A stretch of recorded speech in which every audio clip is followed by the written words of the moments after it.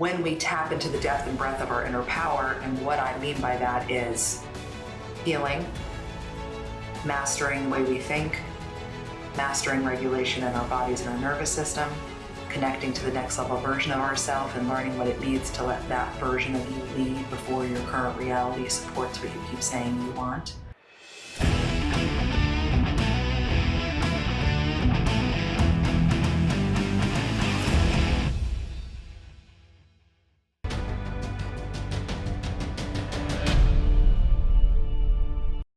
Tracy Litt is here today. She's magic with your mind. She really elevates your life. She is a certified mindset coach, a rapid transformational hypnotherapist, and a best-selling author. And she has a TEDx talk. Google her right now. Just Google her TEDx talk, especially if you have any fear, because it's one of the best TED Talks I've ever seen. Tracy, thank you so much for being here. Thank you so much for having me. I love you. I've been waiting to be able to do this with you. We are so lucky. Let's have a great conversation and let everybody listen. Yes. Okay. I have to ask something really quick. Yeah. For your TED Talk, Yeah. what was it that made you decide to do it barefoot? I do everything barefoot. You do? I didn't know that about you. I didn't remember you being barefoot at Transform You. Yes, well, actually, at that venue, so this is so funny. This is a great story. So I love being barefoot. I feel so much of our conversation and my work in the world is about bringing women back into their fullest expression of themselves, right? And to me, I feel fullest in myself when I'm barefoot and braless, which I am right now, which I am like almost everywhere I am. When I have to speak on a stage, I wear a bra begrudgingly because I need somewhere to smack the mic back onto so it doesn't fall. Yes. Like my 3-day powerhouse, I was on stage and all my clients and students, like they know because they know me. Like we share energy. We're doing transformational work. So we're very connected. And what was funny about Transform You Live is that a few of them were there virtually.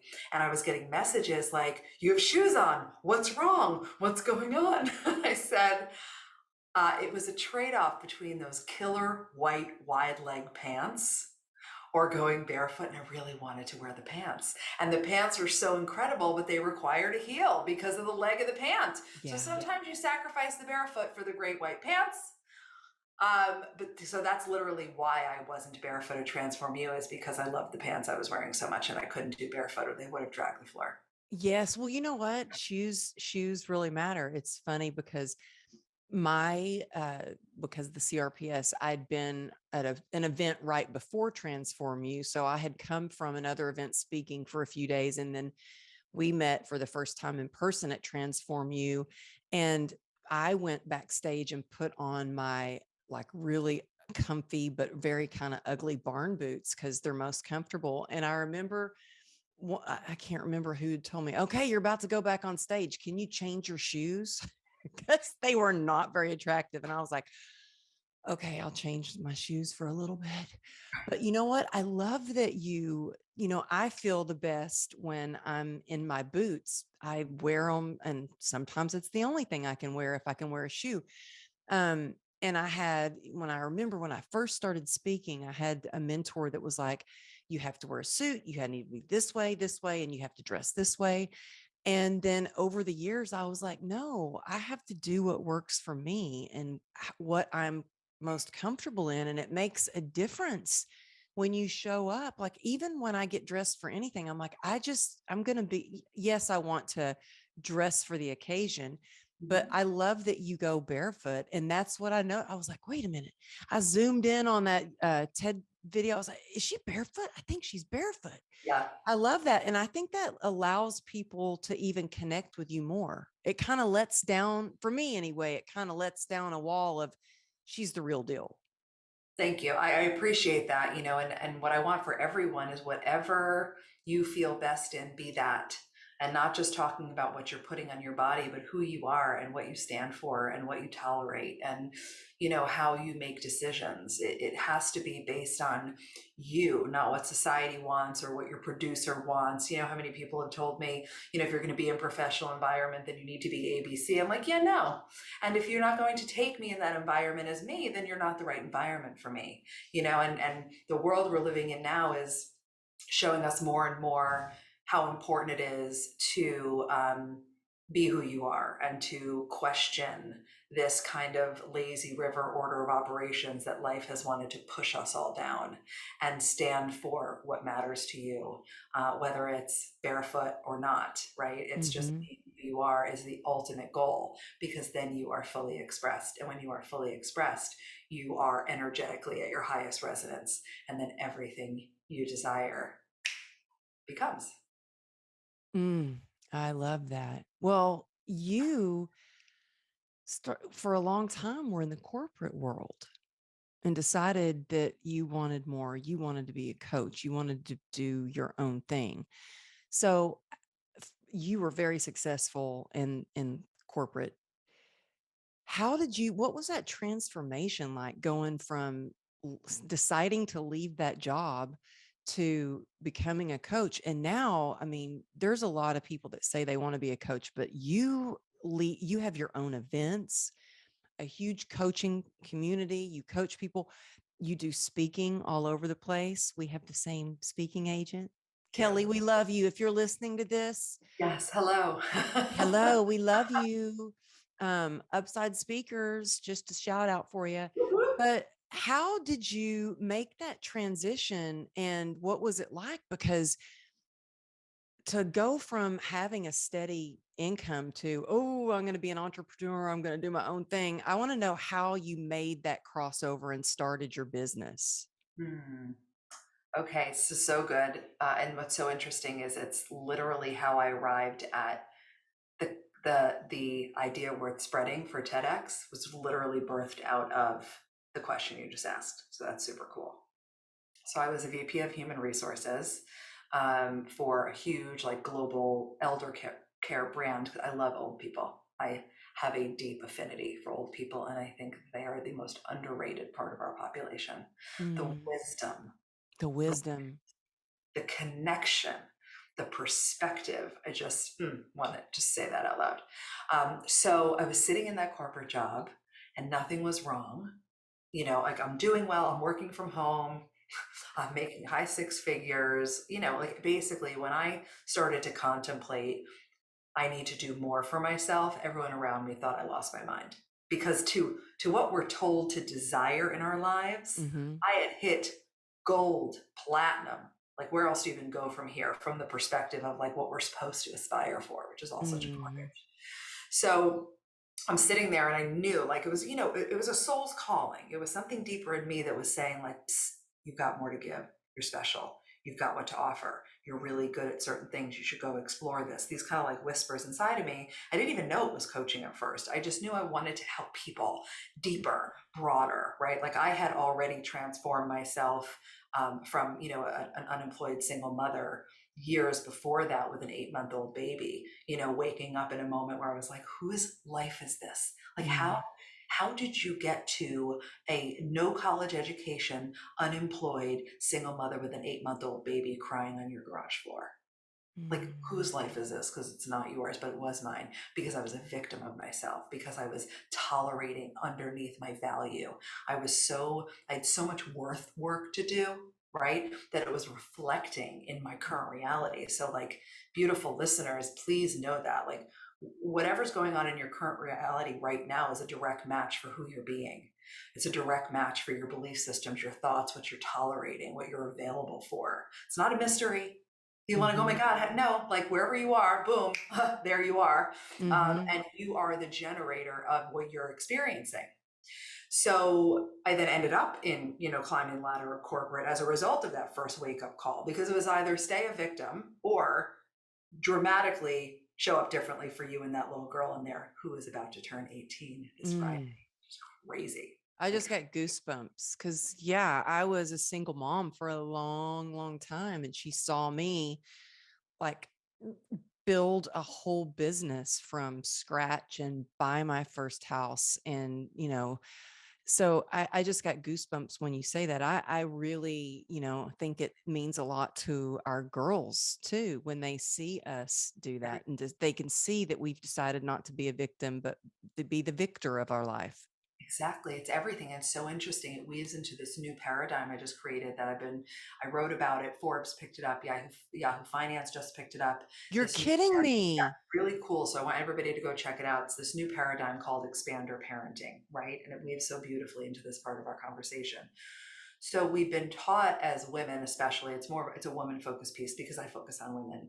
Um, we've been taught as women like what it is to be a good mom and should be sacrificial and should be living for your kids, and you should definitely feel guilty with frequency, and then you're being a good mom, right? Mm-hmm. So the whole concept to what you just shared, expander parenting, is what if the 21st century paradigm of what it means to love our children unconditionally is to ensure that we are showing up in the fullest expression of who we are and accessing our limitless capacity, because then it models for them what's possible. Hell yes. I love that. And you know what? It's so funny. My daughter got out of the shower. We have this big shower, and there's two shower heads. And so she's still young enough that we take showers together. And we get out of the shower and she's like, Mom, where's my robe? And I'm like, oh, you left your robe upstairs. She goes, well, can you go get it for me? And I said, well, I need to get she goes, give me yours. And I said, no, I need my robe. She goes, oh, I can't believe you're taking care of you before me. And I said, Ruby, I have, I'm taking care of me. If I take care of me first, then I can take care of you. And, there's sometimes when I'm working a lot and that mom guilt does kick in, but guess what? She has seen what I have built. And so she's a little entrepreneurial. She started her own business during COVID, and we were shipping out boxes of her products. And so you're exactly right. We show them what's possible, but we also show them how important it is to take care of ourselves, because I had a mom that didn't do that. She didn't take care of herself. She only took care of her kids. And my memories of her are she's an incredible mom, but like passed out from being exhausted on the sofa. And it's like, no, we have to show them that self-care, we have to take care of ourselves. Yes, yes. And what you did for Ruby in that moment, right, is you imprinted in her a way of being. So when she becomes a mother, should she choose that path, she's going to then carry on that same model, which then for her children, right? It's like, this is how we actually create generational change. In the Lit Factor, like we have a lot of missions. One of the biggest missions is like walking the walk to Hmm. make things different for the generations to come. Because everybody likes to talk. Everyone's a post and talk and a meme and a this and smash the patriarchy this and blah, blah, blah. It's like, you know what?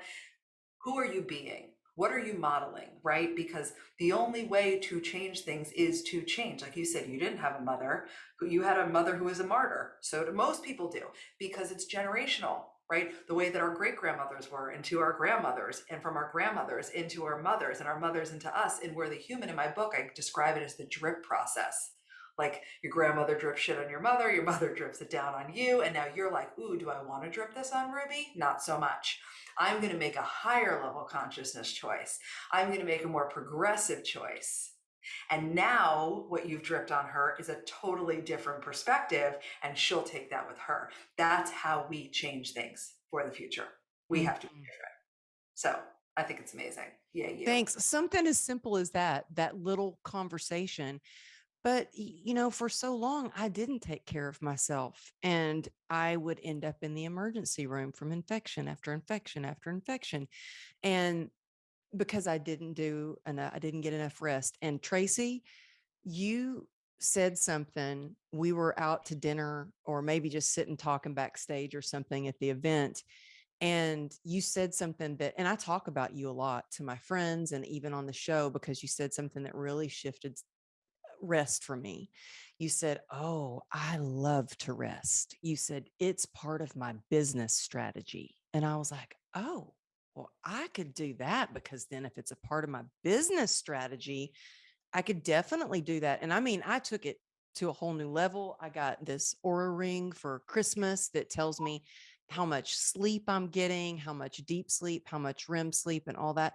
So that really changed things for me. And I thought, I want to be a mom that shows my children that how important it is to take care of ourselves, how important sleep is, eating the right foods. In fact, Ruby called me or texted me this morning. She's been texting me all morning. She's 13 and she's in track. And she's like, Mama, come pick me up from school. I'm sick from running. And I keep telling her, you have to have a little something for breakfast if you want to perform well. And she's learning. And I'm like, well, are you okay? She said, well, I'm crawling. I said, okay, well, good thing you're crawling. Keep moving forward. You're going to stay at school. Exactly. I'm not coming to save you. You're going to have to You, learn through. That's a big piece too. Like, being so solid in ourselves that we don't feel like we need to rescue everything that's happening right in our kids and Mhm. letting them experience the consequence of their choices is It's so massive. hard, it's hard That is hard. sometimes to be like, okay, you're crawling. Okay, well, then at least you can crawl. Keep moving for you. I'm like, oh, that's kind of tough, tough Yeah. love. But yeah, I want to, I think it's so important to teach that. It is. It's everything. We have I believe right now our generation, and I'll go back and I'll answer your question about leaving corporate because I didn't forget about it. But our generation specifically, we're like sitting in this consciousness revolution where we have this divine responsibility to do the work on ourselves and show up differently.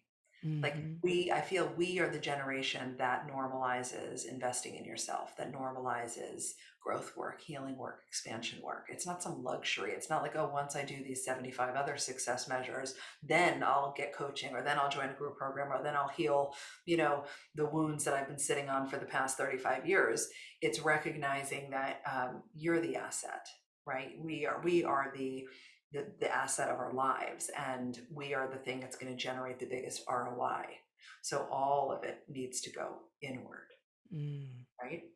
And that's the exciting part. So it was almost like the whispers that were happening to me when I was in corporate was like, you're here to do something. Like, I was born to affect change, right? To really to create something that long lives after I die, to have an impact in this world that is measured and monumental. And it was a whisper the whole time I was in corporate. And then I started researching, well, like, what's kind of like service providing industries? So I was everything, psychotherapy, coaching, hypnotherapy, this, like anything that like was helping people with transformation. And Hmm. that's when I found the personal growth world. And if you haven't been in personal growth, I'm just like, tell me if you had any experience like this. It's like I started to find it. It was like a wormhole. And then I was like, oh, what is this land?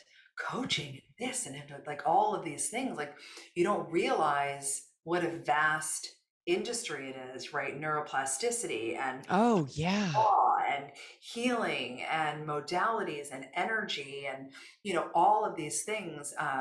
And as soon as I like fell into that world, it was like, oh yes, girl, this is what you need to be doing. And then the important part is that I did nothing for 2 years because I was so scared. That's the Wow. So I had all this I was like, yes, oh my God, this is what I'm supposed to do in my life. I found it, and I know that you guys, you're listening, like you're like, yes, oh my God, I've had that experience. Because what happens is that our soul wakes up to something, we have a calling towards it, and then our And human it's gets scary. involved. And then we're like, oh, I'll do nothing. So it's like Monday, I was like, freaking doing this. And then on Tuesday, I was like, I'm not doing this. And then on Wednesday, I was like, I'm totally taking the leap and I'm going to go to this coaching school. And on Thursday, I'd be like, who do you think you are? You suck. What if it's too much of a risk? Like, success is not for you. And I was literally, I now teach it to my clients as the gas brake, right? I was gas braking myself constantly because I was so scared. So when I finally ended up taking the leap, 2 years I sat in that gas brake energy. Finally took the leap because I had a visit from my higher self one night, dark night. like literally dark outside, not like dark night of the soul. I had had plenty of those in my life. It was dark outside. I was sitting on a beach away with my husband, and the whitecaps were coming over the waves. I live in Florida, and you could hear the crash and just see the whitecaps. And he was not outside with me at the time, and I was sitting there, and it was like my higher self came through, and it felt like this in words: "You are meant for more, and you're not going to get out alive. So let's do this thing." Mm. And I took the leap. And when I took the leap, I said, okay, now I need to understand, which is why now I'm a fear and risk expert, right? When I work with women visionaries and entrepreneurs, we're moving through fear like wildfire, because I was so confused and curious by how could I have felt so clear and so excited and so paralyzed all at the same time? Like, what actually was that? So I started learning about it biologically, and now it's a huge component of what I teach. Oh, yeah. And I love your TED Talk is all about That's exactly fear. where it came from.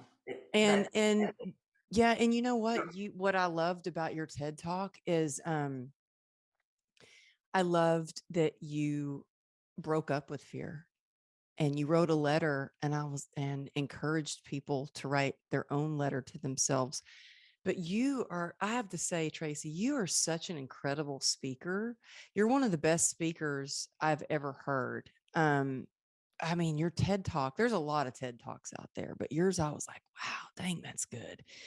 But you recited your letter where you're breaking up with fear and you make it the way you describe it. It makes it because we all have fear.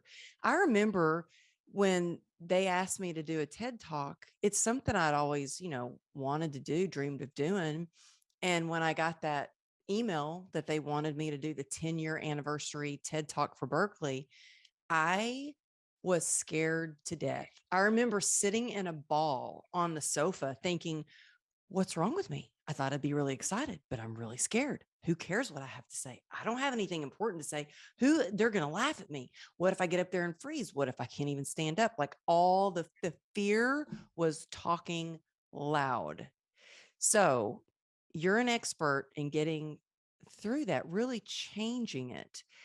Do you still have fear? And if you do, how Oh do you yeah, get through yeah, it? totally. There's no such thing as fearlessness. And I have fear all the time, which is You amazing. do. Oh my God, yeah. Like unless you are, and it's totally cool if you are this, but unless you are Dead? status quoing, unless you're dead, pretty much, yes. Unless you are like status quo and not interested in changing at all, having more or different or less than, you want to live in the same emotional experiences, you want to live in the same external experiences, like you are just good. And if you died tomorrow the way it was, you're fine. Like that's it, right?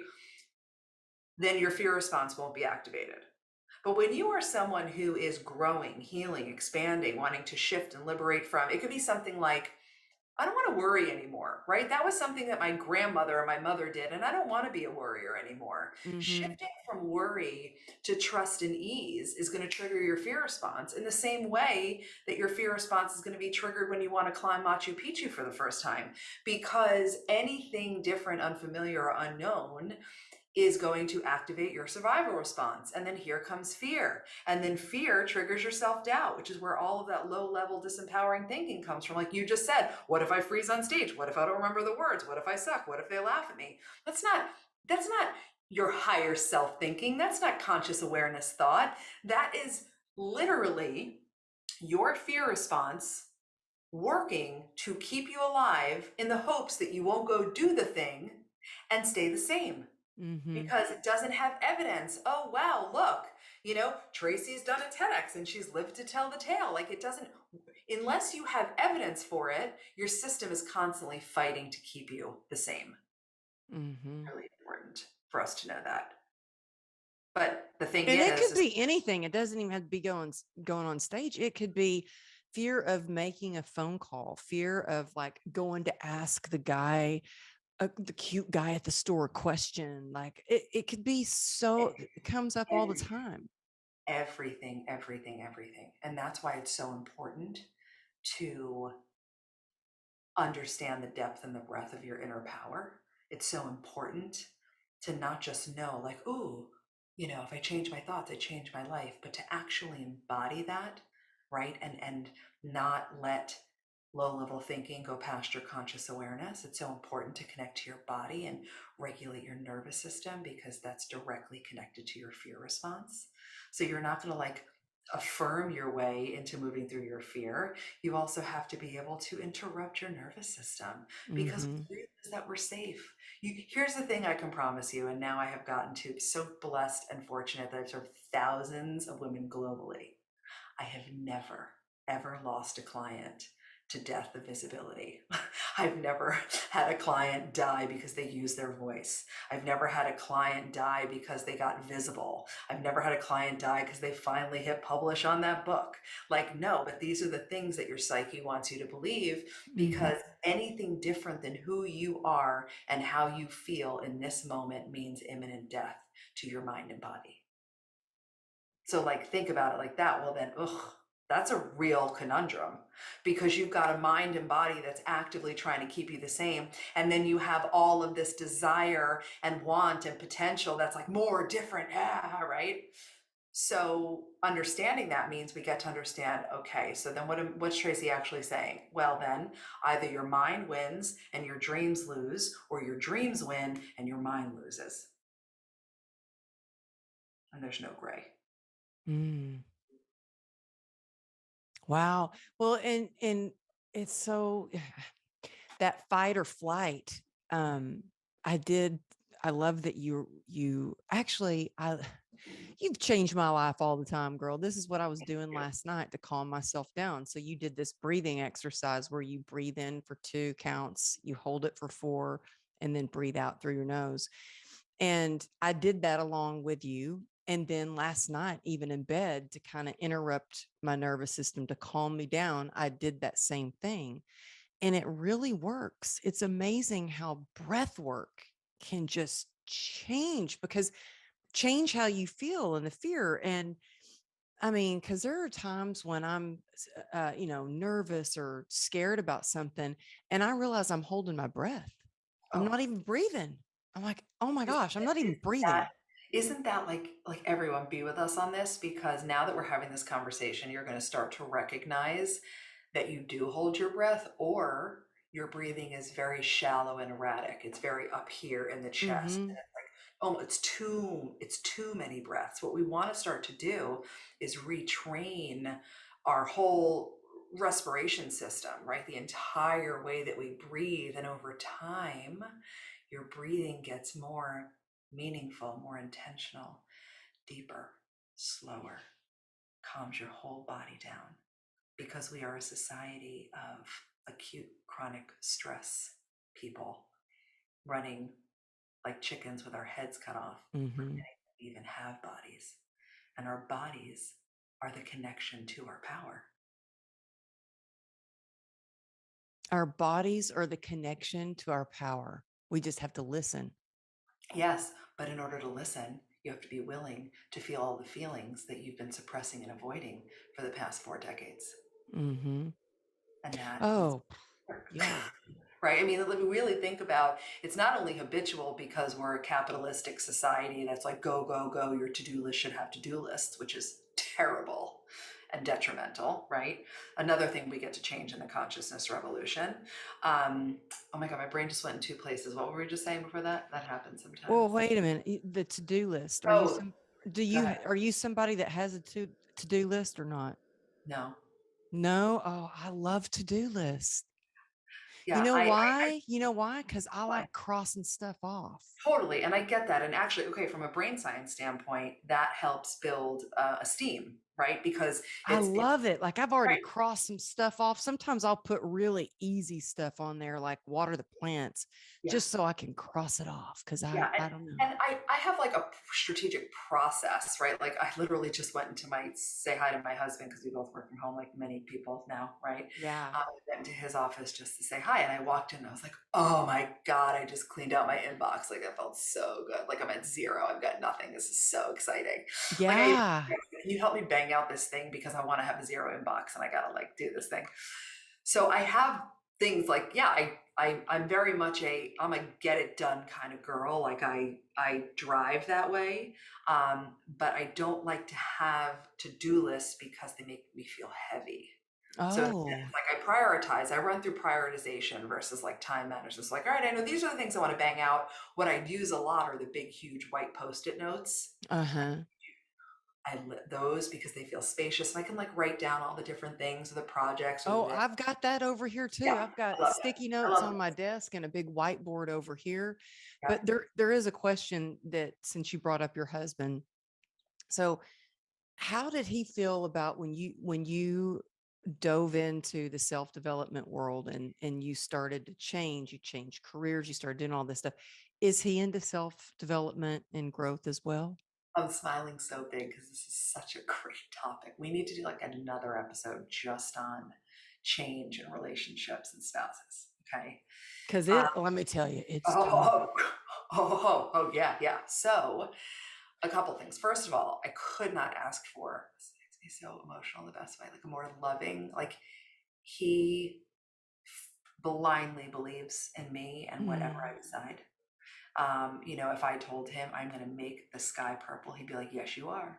Like, Oh, whatever, right? So when I decided to go back to school as an adult learner, I mean, I'm going to be 45 in a month. So I was you 30. youngster. You're such a youngster. I think I was 39 when I started coaching school. The Lift Factor is only 5 years old. So I remember when I did that, I went to him and I said, I want to sell the house because we were living in this really beautiful high-end community that had a guard gate, which is like, okay, whatever. But I was thinking, I want to build a company. Like I'm looking for a legacy empire here. So how can I create more space and a run rate so that we could lower our overhead initially? Because we're going to drop my big VP job salary, right? So like, how do we work on this? And he was like, great, yeah, let's do that. Like he would like just no questions asked. Yes, let's do that. So always from the second I made the decision, he was Wow. nothing but extraordinary in support. That's amazing because Amazing. that is Amazing. amazing because my husband is the best. He's amazing. He's the best man. But like he was like, "Oh, you want to write a book? You you don't even own a computer." Like now he believes in me and he's like, okay, now because when I say I do something, guess what? I do it. And he's That's learned that right. he's learned that about me, but Yeah. it took a while and it wasn't always that way. So that's amazing that your husband was right away like, He was right away okay. supportive. Now, on the flip side of what you're saying, when I started to do the work, starting a business, and here we go, totally. Now, when I started to do the work, and I'm now releasing judgment. I mean, I was the most highly judgmental, highly controlling. Like, if you would have met me 5 years ago, I'm like, what? Like, just, Really? oh yeah, I've had so many transformations, like doing my work. The curriculum of my life is what I teach. Like, how did I get to where I am and doing all these things? So where I went wrong, I realize now, and now I love being wrong, by the way. It's an Well, incredible, you learn a lot, don't you? yeah, I was so righteous. So as I was doing that work on myself, right, and I'd be like doing thought work and I'm changing and I'm doing all these things, and he would come out of his office or whatever and come home and be negative. I would be all like, "Why are you being negative? Don't you know that there's another way to live? Don't you know that you can just like choose your thoughts and feel differently and da da da da da?" So I'm sharing this because I'm telling you what not to do with the people you love. Um, because it was coming from a great place of like, you can feel so much better and it's so easy. But it was coming out as because in order to help someone, in order to make a suggestion like, hey, don't you know, blah, blah, blah, you're inherently in judgment of them. Yeah. I was judging like, well, what you're doing is wrong, blah, blah, blah, blah, and here's how you can make it easier. That was rough for a while because he was not ready. And that's another thing to know. Like everyone operates at different levels of consciousness. And depending on your consciousness, you're aware of different things or not aware of different things. And some Hmm. people are ready to see and experience things at different stages of life, not just because we say it's time, but because we each have to be on that path and that readiness, because the awakening and the healing and the growing and the shifting your levels of mind and your identity, that is a very personal job, and our spouses have to be ready on their own. Now that I learned, okay, you know what the best thing I could do is? Nothing. Hmm. I would just being do a, I've just learned that, to be an example. I remember, my husband said to me, well, you're in your own little bubble in your self development speaking world, conferences bubble. And I'm like, well, honey, do you want to read some of these books? What do you want? He goes, I'm not into that shit. Mhm. And I'm Yeah. like, okay, well, they're here when you're ready. Right, exactly. And that's so beautiful that you did that. And I got to that place where I just, live and let live. And then what started to happen is slowly but surely, I would be like journaling and he would come over my shoulder and be like, what are you doing?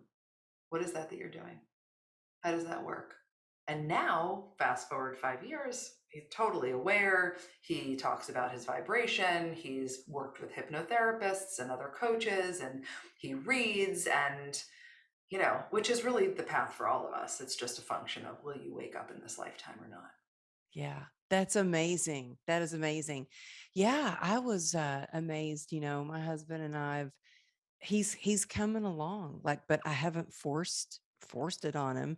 But and I just, like you said, don't try. I'm not gonna. It's everybody. We all judge, like, and I catch myself, and I'm like, stop. That's who he is. Or that's who that person is. There's plenty about me that, like, I'm sure he's like, oh my gosh, I wish she would change that. But it's like just being in a place of acceptance, I think. But but I want to get to some magic here Yes. because you're magical. I said that in the very beginning, but you do have this high vibe energy about you. And I remember when I first met you, it was instant connection. Like we sat Wild. beside each other at dinner, and I feel like we'd been friends for life. We just sat and talked. It just felt good. You felt like home, and we just connected immediately. And we can go for weeks without talking and then pick up the phone and it's like we're right back where we started. But it shows like how much work you've done on yourself because your energy, you're just so incredible to be around. People are just so attracted to your energy and your light, and you have something called mind magic. And I want you to explain what that is. What is mind magic? Thank you. First of all, I receive all of that. And I felt the same exact way. Like I remember where we were sitting at that big, gorgeous, huge table. This table, you guys, this table was the biggest table I've ever sat at. It was huge.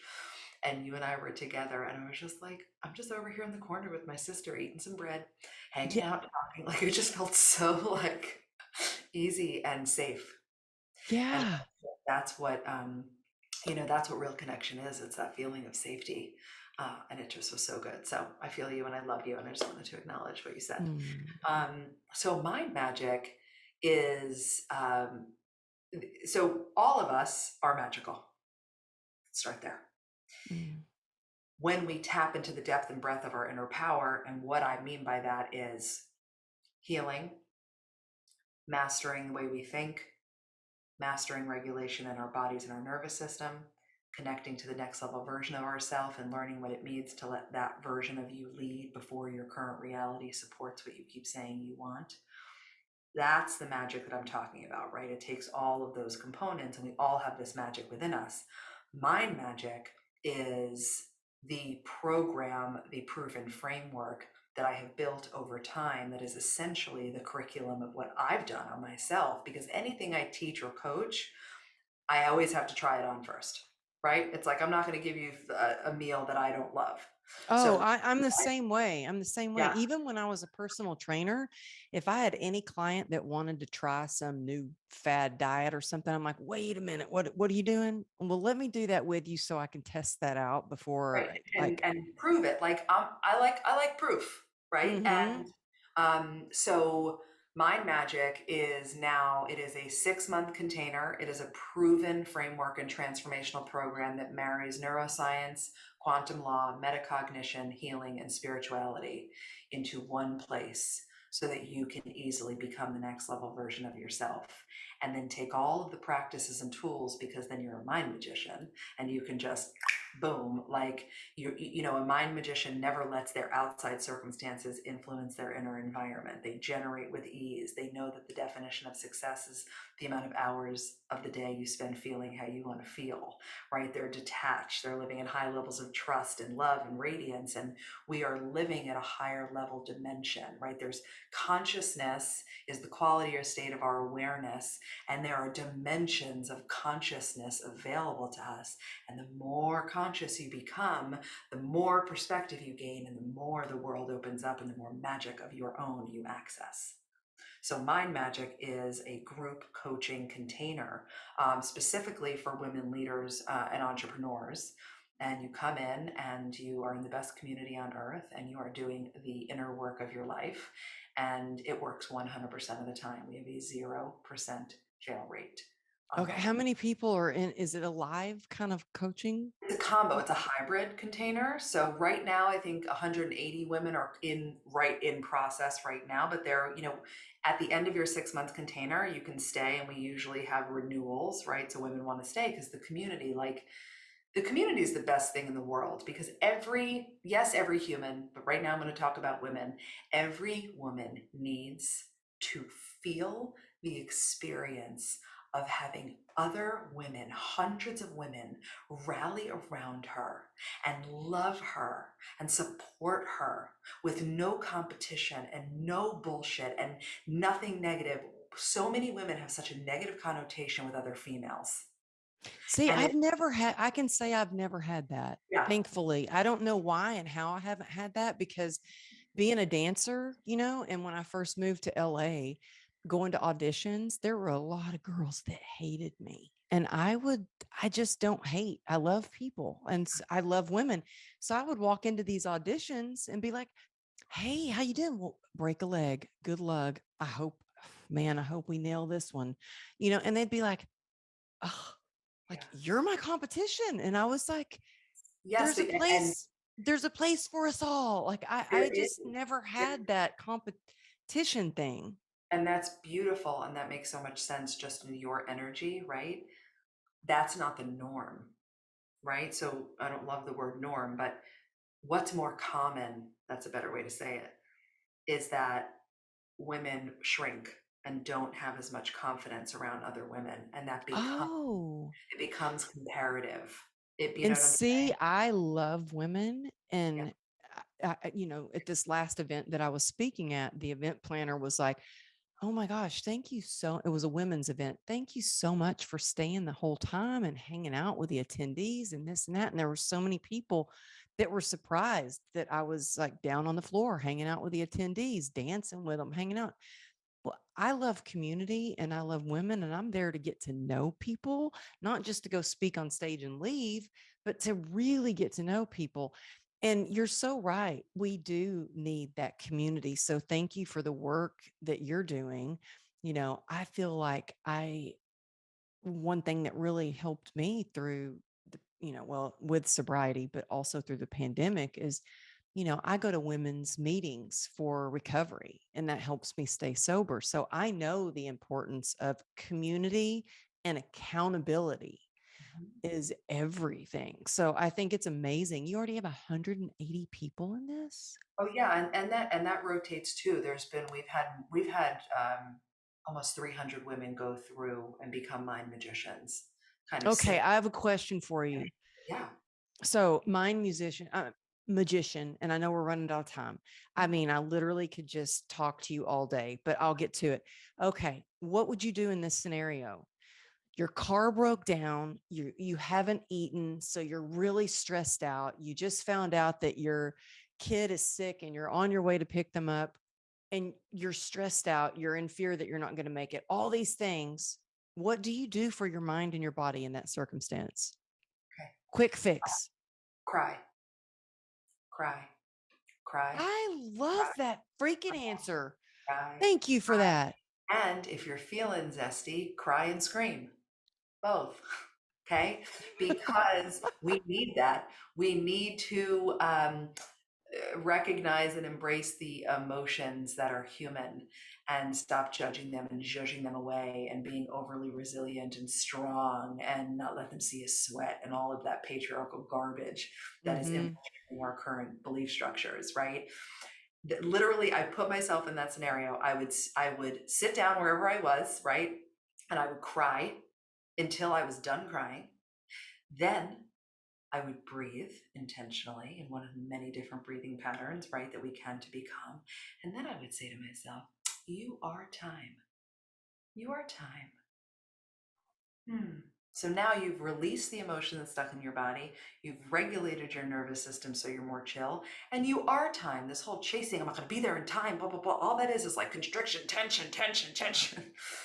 It's not helpful because you are time. And if you want to play with that, recognize the next time you believe you're running late and you say to yourself, wait a minute, I am time, you're going to end up getting to that appointment and the other person's going to be backed up and delayed, or something's going to have shifted and you are right on time.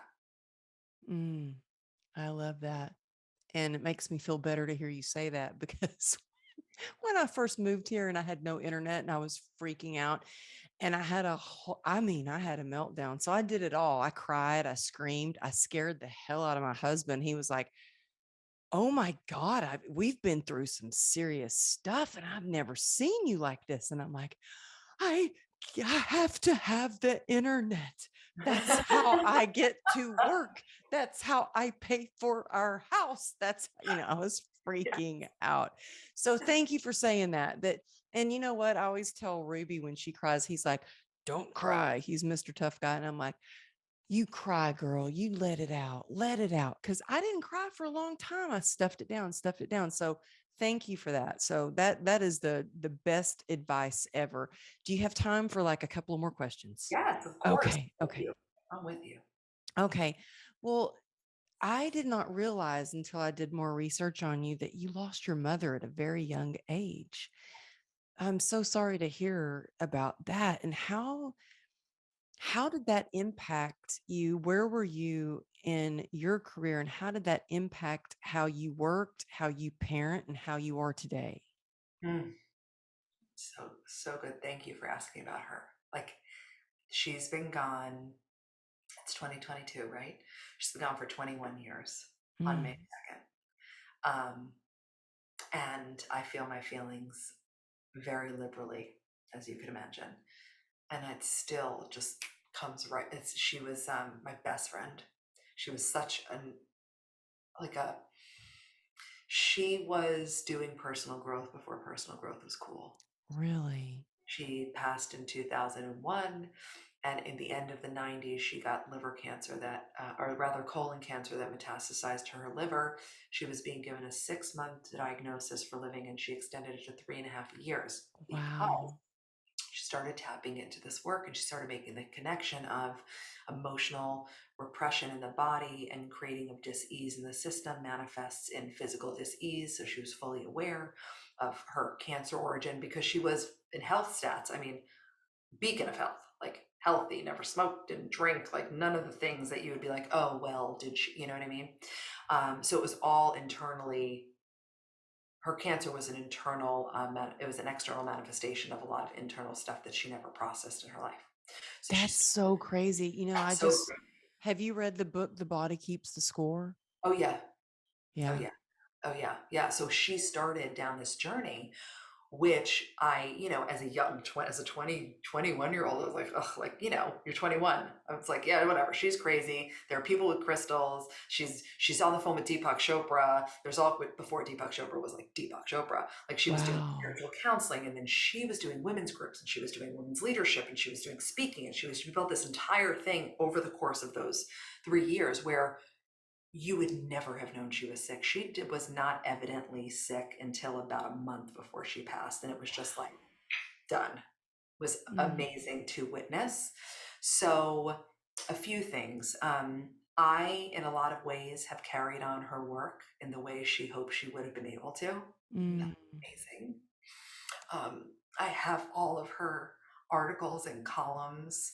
I have, you know, it was the 90s, so you used to write on big index cards and marker. So I'll text you, and I'll actually share a picture if it can be posted in this beautiful video of like what she would write, and I'll go to do something now, and then I'll go back to her work and I'll cross reference it, and I'll be like, I just wrote that, like I just wrote that. Oh, wow. Wild, wild, wild. So it's a continuation, and I don't take anything seriously ever. It was such a gift of her passing, right? Which sounds weird, but that's part of the grief process. And to me, to honor the person you loved and lost is to show up differently as a result, to honor their life, right? To do something with the fact that they're gone, and Mhm. everything's relative now, Amberly. So it's like literally, if it is not an actual life or death scenario, there's not, I got nothing. Like, and not in an apathetic way, but in a, this doesn't mean anything. Like, I'm not going to take any of that seriously. Good business month, bad business month, this happens, that happens. It's like, whatevs. I'm alive. It does shift your perspective. Very traumatic things that come up. Yeah, I mean, just this morning, Ruby, I grew up living through tornadoes here in Texas. Well, we've had our first tornado warning here. And my daughter called me and she's like, Mom, all sports have been canceled. We've got this tornado warning. And she was freaked out. And I was like, oh, it's probably going to be exciting. Not that I don't have feelings, but it's like, it's a tornado. We're going to be fine. We're going to live through it, because when you have seen death, experienced death, lost someone near you to death, it's like it really does shift your perspective on things. It does. And it's important because as a culture, we're so intense and we give so much energy to spaces that is so wasteful. And we are so much more serious. Everything's so serious. Hmm. And nothing's actually Yeah. serious, right? And it's important to take that because also as you employ more levity in your life, more relativity, you feel so much happier. You're so much lighter. And then what happens when you feel happy and you're lighter? You generate more with ease. You show up in your business with more creativity. You identify innovation and solutions. You want to be touched. You want to be closer to your partner. Like all these beautiful things happen when you feel good. Hmm. Yeah. Wow. Well, I want to touch on one more question before we go. Thank you for sharing that. Of course. I'd love to see those I, cards. I will get them and text you. Oh, yeah, that's beautiful. Um, I want to hear a little more about your book, Worthy Human. I want to know, first of all, how long did it take you to write it? Because it took me, I always ask that question because it took me like 2 years to write my book, but I was in and out of surgeries during that time. And so I'd like start, I also got sober during the middle of writing my book and shifted a whole bunch. So yeah, it was a tough time. But how long did it take you to write your book? About a year. About a year. Yeah, I hear some people like, oh, it just poured out of me. I just talked to somebody the other day and they're like, I wrote half of the book on my flight to Florida, and then I wrote the other half on the way home. And I'm like, seriously, dude? It took you a few hours? Like, wow, that's amazing. So tell us a little bit about the book, who it's meant for, or who, and then where people can find it. Yes. So it's called Worthy Human because you are the problem and the solution. So it's very intentional, that tagline, and to recognize, you know, if it triggers you, great. Like, oh, what do you mean I'm the problem? Because ultimately, we are the cause of the effect. We are Mm-hmm. the magic and the creator and the generator of what we're experiencing. And when we realize that in actual fact, there are no problems, it's perception of problem. And then we recognize, oh, and we're the solution, like, boom. So I don't have to wait on my spouse to change to feel happy, or no, I don't have to wait for my business to 10x financially for me to feel more confident and worthy. No, like it's not this conditional happiness way that we've all been brought up to believe it is. So, worthy human is the basis of we are born worthy. Our Mm-hmm. worth, our wholeness, our lovability is inherent. You are enough because you are breathing. And that's a really big deal because we've all been raised under the opposite guides. We've all been raised, we have to earn it. We've been raised through the religious structure, through the lens of oppression. We've been raised in sin. We've been raised in all of these really intense ways that take away our ability to believe in our enoughness as our birthright. So Worthy Human is an explanation of that and a journey through both in theory and in work. There's a lot of practices throughout the book because I'm into transformation. Like I love that I get to inspire. I love it. I love that people find me motivational. I love it. Those things are very secondary to me. I'm looking for you to change. I'm here for the transformation, right? And in order to do that, it's my responsibility to give you the practical application of what I'm saying. So if I say to you, change your thoughts and change your life, I'm then going to teach you how to change your thoughts, to change your life daily on a practical level, right? If I'm going to tell you, you need to relax your nervous system so that you can X, Y, Z, I'm going to shoot, and this is how. So the book is a combination of theory and story and client situations, and then sections called the work, where you stop and actually actively engage in the work. And it is available on Amazon. And the audiobook I recorded myself. So that's a beautiful experience because it's me reading it to you and yelling at you a little and loving you the way you need to be. Yeah. So it's a good experience. Well, I love that it requires action, because you know what? You can listen to all the podcasts, you can read all the books, you can go to all the conferences. It takes a willingness and daily action to actually make that transformation happen. Like when I was, learning to walk again, nobody was going to do that for me. I had to walk. I had to start to move my legs again and take that step. Same thing with my mindset, and so I just think that's so important that we have that and we have action steps. And so, oh, Tracy, I love you. Thank you for being on the show. Tell everybody where they can find you, because I want them. And you know what? If you're in your car, if you're jogging, or you can find all of these links in the show notes, either on Apple, Spotify, on my website at amberlylago.com, all the show notes where you can find her course, Mind Magic, her book, her TEDx, all of those links. Or you can find it on YouTube. But tell everybody the best where you hang out, where they can find you, get your book, and all that good stuff. Yes, definitely. So the litfactor.com, that's the hub, right? So it's the lit, Litt. If you can see us, you see it behind me. The litfactor.com, that is the website, and everything is linked there. Social at the Lit Factor on Instagram is a great spot to come and hang out. And we just started TikTok. So we're on TikTok You now. did Literally, TikTok. like last week, we are fresh on TikTok, which is super How's that? fun. Wait, how's that going for you? How do you like it? I mean, so far so good. How about it's too early? I'll let you know in a few weeks because like we literally just started last week and it seems fun, but we're doing a lot of like we're repurposing, I have so much beautiful content. I've done so much teaching. So right now we're doing a lot of that and putting it into shorter clips so it's digestible in the TikTok. Yeah. Yeah, that's awesome. It's so crazy. So I started out on TikTok with a big bang and got like over 600,000 views on this one video. And then it was like 20,000 views. And then it was like 40,000. Then it was 100,000 views. And now I looked at my video. I'm like, 100 views. Maybe they don't like me talking so much. They like the dancing more. So I don't know. I'm trying to figure out TikTok. So that's why I was I'll asking let you. you know what I learn once Yeah. I'm not seasoned enough to actually give any insight yet, so we'll see. But so I would say Instagram at the Lit Factor, and go to whatwouldshdo.net. That is a free audio training. It's a gift from me to you. It's 3 parts. It's amazing. I'm going to take you on a journey to meet your next level self, and then I'm going to teach you how to let her lead. So that's at Okay, say that again. I want people to get that free gift. What is it again? whatwouldshdo.net. Okay, y'all got it. It's in the show notes. Yay. Yay.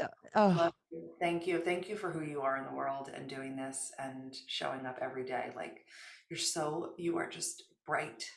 oh, I You're like love you. personification of sunshine. Every time I see you, every time you're at an event, every time you're posting, Oh, you're special. thank you so much. You make me cry. I'm making They're myself happy cry. tears though. They're happy tears. Anyway, thank you for sharing your wisdom. I'm so inspired by your work and moved, truly moved by the work that you do. I adore you. Thank you for sharing your wisdom on the show. And y'all take a snapshot if you're listening on Apple or if you're watching on YouTube. Take a snapshot and share it in your story on Instagram, and I'll see it and share it in mine. So at Amberly Lago Motivation and at the Lit Factor. Is it, I can't remember on Instagram. Is it the Lit Factor? Yes, the lit Okay. factor. Yep. That's what I thought. But just making sure. But yeah, y'all share it so we can see it and share it in ours. So thank you. I will see you next time. Love you. Thank you. Love you.